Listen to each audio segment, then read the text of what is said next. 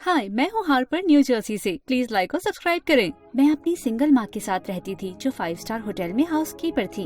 जिंदगी काफी मुश्किल थी क्योंकि मॉम ज्यादा पढ़ी लिखी नहीं थी और उन्होंने अपनी सारी उम्मीदें मुझसे लगा दी। एक दिन तुम उस पोस्टर वाली औरत की तरह बनोगी और उस दिन मैं सच में खुश हो जाऊंगी। हाँ मॉम, मैं पूरी कोशिश करूंगी। कोशिश काफी नहीं है हार्पर, तुम्हें मेहनत करके अच्छे कॉलेज में जाना होगा ताकि कामयाब बनो। मैं क्लास में हमेशा फर्स्ट आती। मैं चाहती थी उन्हें मुझ पे गर्व हो, लेकिन कभी कभी दबाव बहुत ज्यादा हो जाता। बचपन में मेरा साथ सिर्फ मेरे बेस्ट फ्रेंड लूकस और मेरी म्यूजिक ने दिया।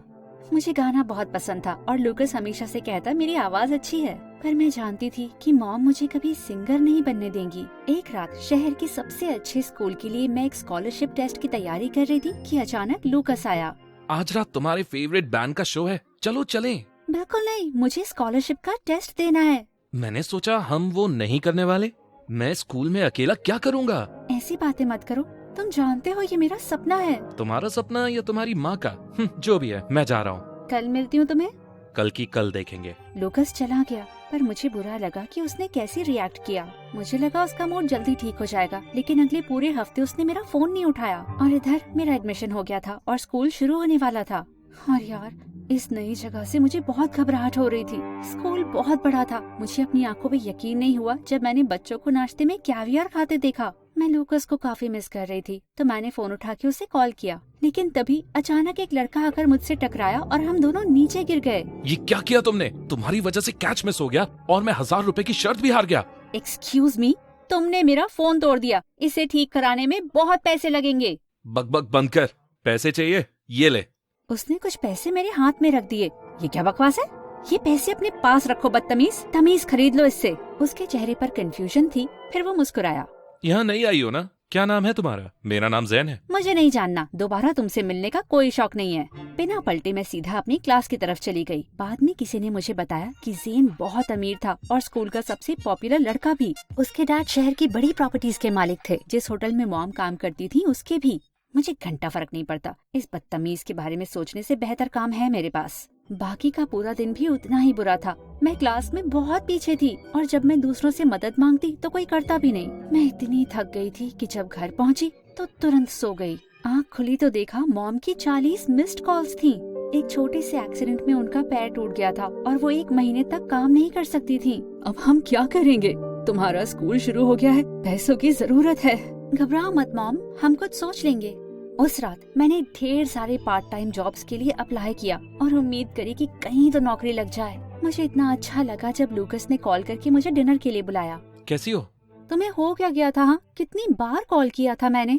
लूकस ने मुझसे नजरें मिला के मेरा हाथ पकड़ा। मैं दरअसल अपनी फीलिंग्स छुपा रहा था।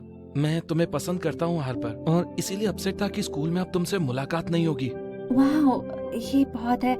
मुझे कोई आइडिया नहीं था और मुझे नहीं पता। रुको प्लीज, क्या हम इसे एक मौका दे सकते हैं? फिर देखेंगे आगे क्या होता है। हाँ शायद, लेकिन अगर बात नहीं बनी तो? मैं तुम्हारी दोस्ती नहीं खोना चाहती। मैं वादा करता हूँ ऐसा कुछ नहीं होगा। लूकस इंतजार में था और मुझे अभी यकीन नहीं था ये सही है या नहीं। पर अपने बेस्ट फ्रेंड को डेट करना इतना बुरा भी नहीं हो सकता ना। और वैसे भी अब वो काफी क्यूट हो गया था। मुझे पास के कैफे से एक कॉल आया। उन्हें एक सिंगर की जरूरत थी और उन्होंने मुझे आने के लिए कहा। पैसा अच्छा मिल रहा था तो मैं मान गई। लेकिन अपने पहले शो पर मैंने देखा गिटार लिए ज़ेन बैठा है और ऐसा लग रहा था कि मैं उसे याद नहीं हूँ। वो तो इतना अमीर है, यहाँ क्यों गाना बजा रहा है? उसे इग्नोर करके मैं स्टेज पर गई। लेकिन जब हमने गाना शुरू किया तो गाने के बीच में ही वो सुर बदल रहा था। तुम्हारे बिना मुझे नहीं रहना, मैं कुछ कर नहीं सकता जब तुम साथ हो, मेरे साथ चलो जिए जिंदगी। ये क्या कर रहे हो तुम? लेकिन वो बस मुस्कुराता रहा। शुक्र है मैंने सुर मिला लिया और शो बहुत अच्छा गया। मैनेजर ने मुझे बड़ी सी टिप भी दी। सब खत्म करके मैं घर जा रही थी कि मेरे पास एक बड़ी सी स्पोर्ट्स कार आकर रुकी। आओ बैठो, मैं घर छोड़ देता हूँ। तुम्हारे साथ जाने से अच्छा मैं आग पर चलूं। उसे इग्नोर करके मैं चलती रही। मैं हैरान हो गई देख के कि वो कार से उतर गया और मेरे साथ चलने लगा। ये लड़का कितना अनोइंग था।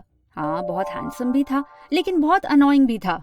हम चुपचाप चलते रहे। घर पहुंचने ही वाली थी कि मैंने फाइनली कहा, तुम तो बहुत अमीर हो ना, यहाँ क्या कर रहे हो? तुम भी इतनी छोटी होकर इतनी नकचड़ी कैसे हो? बंद करो क्या? मेरा पीछा करना। मैं तो बस चल रहा हूँ, तुम इस रोड की मालकिन तो नहीं हो ना? मैं इतनी चढ़ गई थी कि मैं झटके से पलटी और कीचड़ में गिर जाती अगर जेन मेरा स्वेटर नहीं पकड़ता। उसने मुझे पास खींचा तो हमारे होंठ करीब आए। ओह माय गॉड, लग रहा था मेरा दिल छाती से बाहर निकल आएगा। ये लो, अब बिल्कुल सेफ हो तुम। हाँ, जो भी हो, थैंक्स। मैं अब ठीक हूँ, तो फिर मिलते हैं, व्हाटएवर, बाय। ये कह के मैं घर भागी। मेरी धड़कन बढ़ गई थी। ये क्या हो रहा था? उस दिन के बाद मैंने जेन को इग्नोर करने की हर कोशिश की, लेकिन एक बकवास गाने की तरह वो मेरे दिमाग में अटका था। मैं कुछ सोच ही नहीं पा रही थी। जब हम दोनों एनुअल म्यूजिक गाला के लिए सिलेक्ट हुए तो मैं समझ गई बड़ी मुसीबत में हूँ मैं। उस तरफ लूकस वीकेंड पर बाहर जाने की सोच रहा था। जब मैंने उसे कहा मैं नहीं जा पाऊंगी तो पागल ही हो गया। मेरा बर्थडे है, तुम ऐसे मुझे डिच नहीं कर सकती। तुम्हें मुझे पूछना चाहिए था ना। मैं सच में नहीं जा सकती। वो इतना निराश लग रहा था कि उसका मन रखने के लिए उसके साथ में डिनर पर चलने को तैयार हुई, लेकिन वहाँ पहुँच के देखा जेन किसी लड़की के साथ है। क्या हम कहीं और जा सकते हैं? मुझे अच्छा नहीं लग रहा। क्या हुआ? आते वक्त तो एकदम ठीक थी तुम। हाँ, पर मुझे लग रहा है यहाँ के एसी से मुझे एलर्जी है। लूकस कंफ्यूज लग रहा था, लेकिन हम जैसे ही जाने के लिए मुड़े तो मैंने देखा जेन मुस्कुराते हुए आ रहा है। इतनी जल्दी जा रही हो? हमें टेबल नहीं मिली। तो हमारा ले लो, मैं और टिफनी तो जा ही रहे थे, है ना बेब? उस लड़की ने जेन के गाल पर किस किया और पता नहीं क्यों मुझे ये जरा भी अच्छा नहीं लगा। लूकस ने ये नोटिस कर लिया क्योंकि रात को जब वो मुझे घर छोड़ने आया तो वो बोला, वो बंदा कौन था और तुमने उसे झूठ क्यों कहा?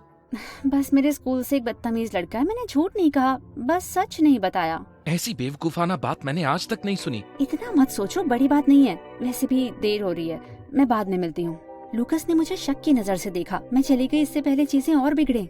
अगले दिन स्कूल में मैंने जेन को टेक्स्ट किया कि मुझे म्यूजिक रूम में मिलने आए। जब वो आया तो मैंने नोटिस किया कि उसके चेहरे पर एक छोटा सा निशान है। पहले तो वो नहीं था। तो क्या हम बैक रो में चलें? क्या?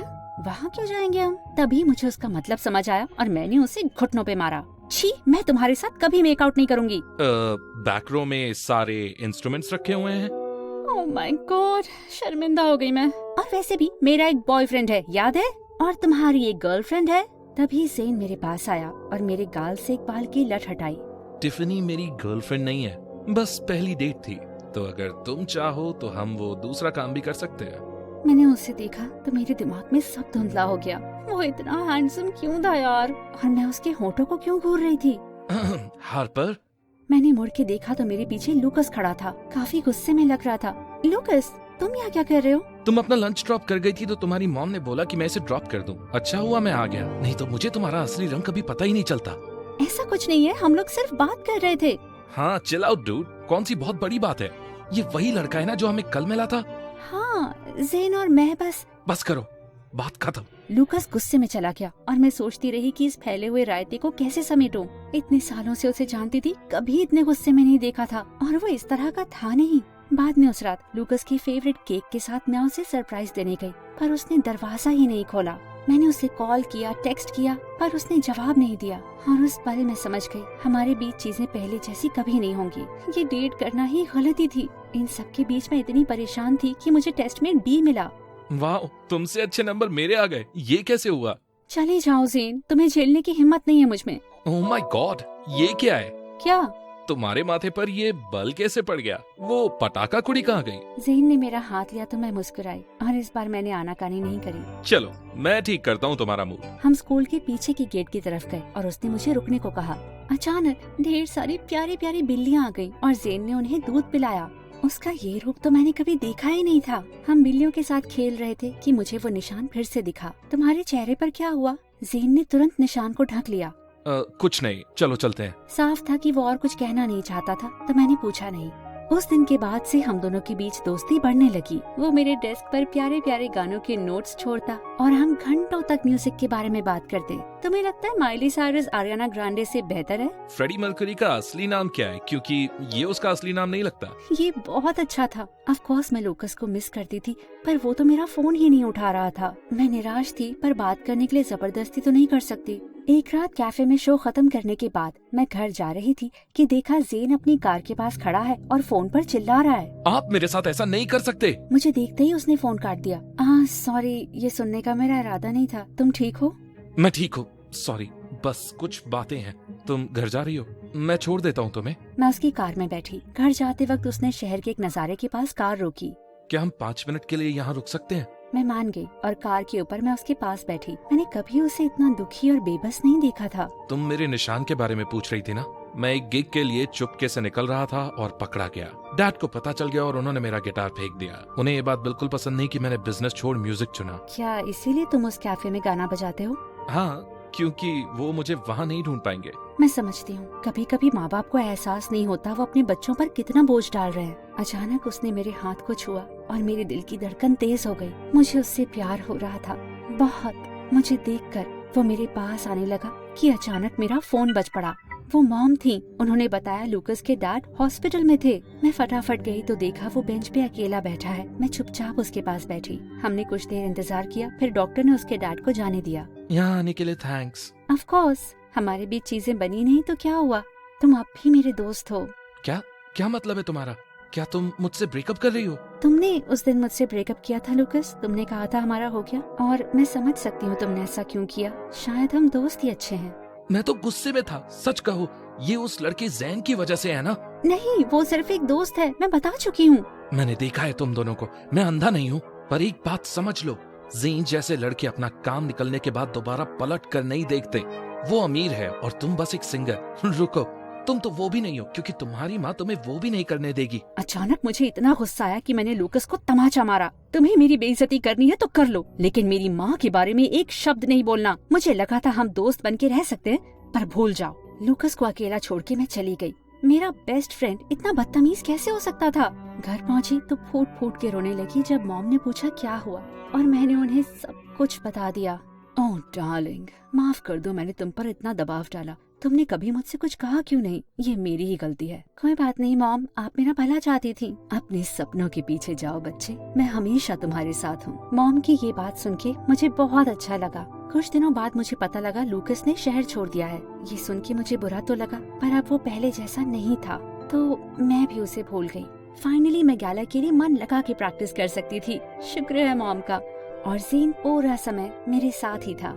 बड़े दिन के लिए मैं तैयार हो रही थी कि एक टीम मेंबर ने मुझे शॉकिंग न्यूज सुनाई। ज़ेन ने इवेंट मैनेजर को टेक्स्ट करके कहा था कि वो नहीं आ पाएगा। जब मैंने उसे कॉल किया तो उसका फोन नहीं लग रहा था। स्टेज पर जाते वक्त मेरे दिल में तमाम ख्याल उठ रहे थे, पर उन्हें साइड करके मैंने गिटार उठाया और अपनी जिंदगी का बेहतरीन परफॉर्मेंस दिया। शुक्र है ज़ेन की वजह से मुझे गाना आता था, और जब गाना खत्म हुआ तो पूरी भीड़ जोर जोर से तालियां बजाने लगी। मुझे खुद पर बहुत गर्व था, पर मुझे ऐसा लग रहा था कि ज़ेन के साथ कुछ बुरा हुआ है। तो शो के तुरंत बाद मैं ज़ेन के घर गई। वहाँ देखा कि वो एक पार्टी में है अपने डैड और कुछ सीरियस दिखने वाले लोगों के साथ। जब उसने मुझे देखा तो सीधा मेरे पास आया। तुम यहाँ क्या कर रही हो? तुमने हमारा शो मिस किया इस पार्टी के लिए? तुम कुछ नहीं समझती हो हारपर, बस जाओ यहाँ से। मैं जानती हूँ ये मुश्किल है, लेकिन तुम्हें खुद के लिए भी लड़ना सीखना होगा। तुम्हारे सपने मायने रखते हैं।